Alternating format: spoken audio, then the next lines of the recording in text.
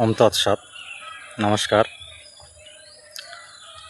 আমরা সর্বত্রই প্রায় ছবিতে দেখি ভগবান শ্রীরামচন্দ্রের ছবি আগে, মাঝখানে মা সীতা দেবী এবং পিছনে রয়েছে লক্ষ্মণের।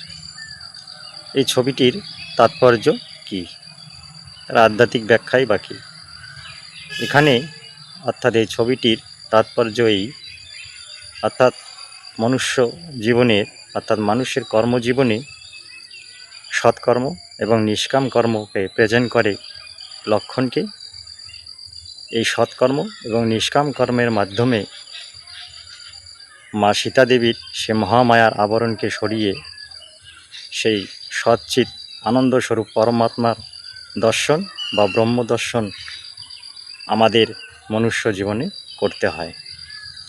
তাই আগে ভগবান শ্রীরামচন্দ্র, মাঝখানে মহামায়া স্বরূপ মা সীতা দেবী এবং পিছনে